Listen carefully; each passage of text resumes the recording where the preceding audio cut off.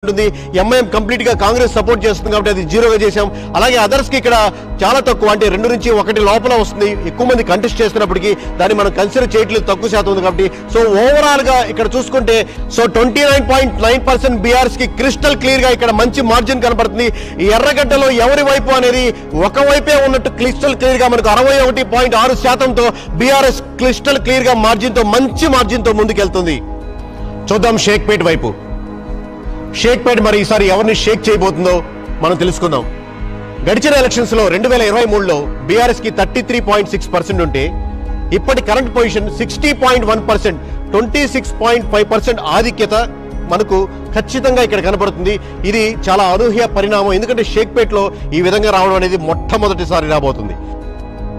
అలాగే కాంగ్రెస్ కి 2023లో 37.1% ఉంటే ఈసారి కరెంట్ పొజిషన్ 33% ఉంది. ఇక్కడ ఖచ్చితంగా నేను ఒక విషయం ఎక్స్ప్లెయిన్ చేయాలి. 45 డేస్ బ్యాక్ మేము ఇక్కడ మొదలు పెట్టినప్పుడు డేటాను అనలైజ్ చేస్తున్నప్పుడు, ప్రీవియస్ డేటా మేము అబ్జర్వ్ చేసినప్పుడు ఖచ్చితంగా షేక్పేట్ బీఆర్ఎస్ కంటే ముందంజలో ఉంటుంది అన్న ఆలోచనతో, అన్న దృక్పథంతో మొదలుపెట్టాం. ఇంకొకటి ఏంటంటే ఎంఐఎం కూడా కంప్లీట్గా సపోర్ట్ చేస్తుంది కాబట్టి ఖచ్చితంగా షేక్పేట్ మటుకు బీఆర్ఎస్ కంటే చాలా ఎక్కువ లీడ్లో ఉంటుంది అనుకున్నాం. బట్ ఓవరాల్గా డేటా ఎవ్రీడే అబ్జర్వ్ చేస్తున్నప్పుడు, మీకు ఓవరాల్ కన్సాలిడేట్ చేసినప్పుడు 2023తో పోల్చినప్పటికీ 33% ఈరోజు పొజిషన్ ఉందంటే, అంటే దాదాపుగా 4.1% ఇంకా తగ్గుదల కనబడుతుంది. ఏది ఈవెన్ ఎంఐఎం సపోర్ట్ చేస్తున్నప్పటికీ కూడా. సో కంప్లీట్గా ఆ ఓట్ బ్యాంకింగ్ ఏదైతే ఉందో సపోర్ట్ చేస్తున్నప్పుడు కూడా అది బీఆర్ఎస్గా కన్వర్ట్ చేసుకుంటుంది అని మనకు క్లారిటీగా ఇక్కడ కనబడుతుంది. అలాగే మనం చూసుకుందాం బీజేపీ వైపు. బీజేపీ 2023లో 15.9% ఇక్కడ కనపడుతున్నాయి. కరెంట్ పొజిషన్ 6.9%, అంటే దాదాపుగా పోయినసారి పడ్డ దాంట్లో సగం భాగం ఓట్ బ్యాంకింగ్ ఇక్కడ కోల్పోతుంది. 9% ఓట్ బ్యాంకింగ్ ఇక్కడ కోల్పోయి అది కేవలం ఇప్పుడు 6.9% ఉంది. సో ఓవరాల్ గా షేక్పేట్ మనం చూసుకుంటే బీఆర్ఎస్ కంప్లీట్ గా ఇక్కడ మెజారిటీ చూపిస్తుంది. 60.1%తో 60.1%తో మెజారిటీ చూపిస్తుంది. అలాగే కాంగ్రెస్ కేవలం ఇక్కడ 33%తో ఆగిపోతుంది. అలాగే బీజేపీ ఇక్కడ 6.9%తో ఉంది. అలాగే ఇక్కడ ఎంఐఎం కంప్లీట్ గా కాంగ్రెస్ సపోర్ట్ చేస్తుంది కాబట్టి అది కన్సిడర్ చేయట్లేదు. అలాగే అదర్స్ కి ఇక్కడ 1 to 2% మాత్రం లోపలే ఉంటుంది కాబట్టి అది కూడా మనం కన్సిడర్ చేయట్లేదు. సో ఓవరాల్ గా చూసుకుంటే ఇది షేక్పేట్ 27.1%తో బీఆర్ఎస్ క్రిస్టల్ క్లియర్ మార్జిన్ కనబడుతుంది. 60.1%తో షేక్పేట్ ని షేక్ చేస్తుంది. యూసఫ్ గూడలో యూత్ ఎక్కువ ఉంటారు. సో మొత్తం యూసఫ్ గూడ ఎటువైపు మలుతుందో మనం చూద్దాం. గడిచిన ఎలక్షన్స్ లో 2023లో 46% యూసఫ్ గూడలో ఓటింగ్ పర్సెంటేజ్ ఉంటే కేవలం 1% పెంచుకొని ఇప్పుడు దాదాపుగా 47.1% మాత్రమే బీఆర్ఎస్ ఇక్కడ ఓటింగ్ పర్సెంటేజ్ పెంచుకోగలుగుతుంది.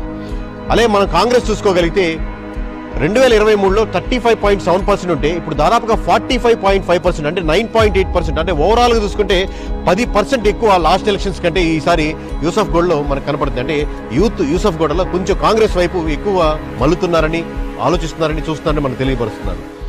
అలాగే మనకు బీజేపీ చూసుకుంటే 2023లో 14.2%, దాదాపు 15% వరకు ఉన్నది సగం పడిపోయి దాదాపుగా 7% వరకు పడిపోయింది.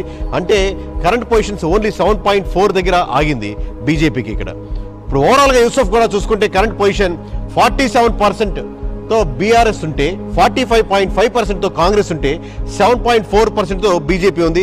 ఇక్కడ ఎంఐఎం కాంగ్రెస్ సపోర్ట్ చేస్తుంది కాబట్టి అన్ని డివిజన్ లాగా ఇక్కడ మనం కన్సిడర్ చేయట్లేదు. అలాగే అదర్స్ కూడా 1 or 2% లోపలే ఉంటుంది కాబట్టి యథావిధంగా మనం కన్సిడర్ చేయట్లేదు. కానీ ఓవరాల్ చూసుకుంటే నువ్వా నేనా పోటీగా ఉంది ఇక్కడ. కేవలం ఈ రోజు ఈ క్షణానికి 1.6% బీఆర్ఎస్ మార్జిన్తో ఉన్నప్పటికీ అది 1% అటు ఇటుగా మారచ్చు. సో మొత్తం యూసఫ్ కూడా మటుకు ప్రతిరోజు 1% పైకి కిందగా మనకు ఎవ్రీడే డేటా మారుతుంది. యూసఫ్ కూడా మటుకు నువ్వా నేనా అన్నట్టుగా ఉంది BRS versus Congress position. So ఇప్పటి వరకు ఇది అండి, 7 డివిజన్లు చూసాం. 7 డివిజన్లో గడిచిన ఓట్ బ్యాంకింగ్ ఎలా ఉంది, ఈ రోజు ఈ క్షణానికి ఇప్పటి వరకు ఎలా ఉంది ఓట్ బ్యాంకింగ్ అనేది మీకు క్షుణ్ణంగా ఎక్స్ప్లెయిన్ చేయడం జరిగింది. ఇది ఏ ఒక్కరోజు 2 రోజులు చేసింది కాదు. గడిచిన 45 రోజులుగా మేము ఎవ్రీ డివిజన్లో క్రిస్టల్ క్లియర్గా అబ్జర్వ్ చేస్తూ క్షుణ్ణంగా ప్రతి క్యాస్ట్ని, ప్రతి కమ్యూనిటీని, ప్రతి వర్గాన్ని టచ్ చేస్తూ దాన్ని మనం శాంప్లింగ్ విధానంలో చూస్తూ అబ్జర్వ్ చేస్తూ ఉన్న మీ డేటా. ఎందుకు మరి కొన్ని డివిజన్స్లో మీకు చాలా డిఫరెన్స్ కనపడుతుంది అనేది మీకు ఒక డౌట్.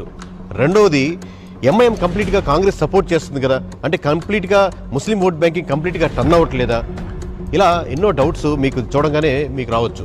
లేదా మాగంటి సునీత గారిని చూసి ఓట్లు పడుతున్నాయా కొన్ని డివిజన్లో, లేదా నవీన్ యాదవ్ గారిని చూసి ఓట్లు పడుతున్నాయా కొన్ని డివిజన్లో అనేది ఉంటాయి.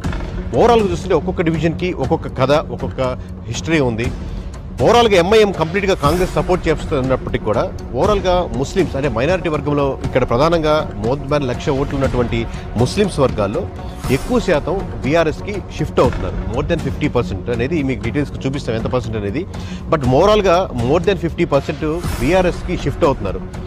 అంటే ఇంతకుముందు కాంగ్రెస్కో లేదా ఎంఐఎంకో స్ట్రాంగ్గా నిలబడ్డ కమ్యూనిటీస్కు ఒకటి షిఫ్ట్ అవడం ఒకటి కారణం. రెండవది కొన్ని డివిజన్స్లో ఖచ్చితంగా కాంగ్రెస్ ఎందుకు బలంగా కనపడుతుందంటే ఫర్ ఎగ్జాంపుల్ మీకు రెహమత్ నగర్ కానీ యూసఫ్ గూడ కానీ స్ట్రాంగ్గా హోల్డ్ చేసుకోగలుగుతుంది. దానికంటే ఇంతకుముందు కంటే ముందుకు వెళ్ళగలుగుతుంది.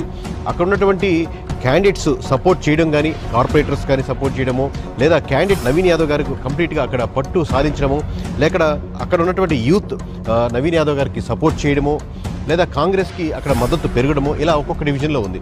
అలాగే కొన్ని డివిజన్స్లో కంప్లీట్గా మనకు బీఆర్ఎస్ ముందుండడానికి పలు కారణాలు ఉన్నాయి. ఇందాక చెప్పినట్టు షేక్పేట్ ఫర్ ఎగ్జాంపుల్ తీసుకుంటే ముస్లిమ్స్ ఎక్కువగా షేక్పేట్లో కన్వర్ట్ అవడానికి బీఆర్ఎస్ ముందంజలో ఉండడానికి ఎక్కువ దోహదపడుతుంది. ఈ విధంగా ఒక్కొక్క డివిజన్లో ఒక్కొక్క కారణాలుగా డిఫరెంట్గా ఉంటున్నాయి.